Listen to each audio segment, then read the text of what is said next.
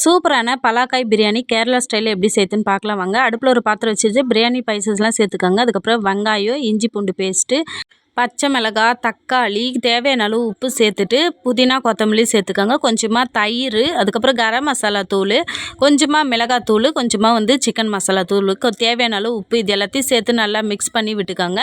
பலாக்காயை உப்பு மஞ்சத்தூள் போட்டு வேக வச்சு எடுத்துருந்தேன். அதுக்கப்புறம் லைட்டாக எண்ணெயிலையும் ஃப்ரை பண்ணி எடுத்துக்கிட்டேன். நான் அதை இதில் சேர்த்துட்டு கலரி விட்டு எடுத்தால் ஒரு சூப்பரான மசாலா ரெடி ஆயிடுச்சு. இந்த மசாலாவுக்கு மேலே நம்ம வாட்டி எடுத்த வாழை இலையை சேர்த்துக்கிட்டு சோறு தனியாக வடித்து வச்சுருந்தேன். அதையும் லேயர் லேயராக சேர்த்துட்டு அதுக்கு நடுவில் வறுத்து எடுத்த வெங்காயமும் புதினா கொத்தமல்லியும் சேர்த்துக்கணும். கடைசியாக நெய் கொஞ்சமாக நான் ஊற்றிக்கிட்டேன்.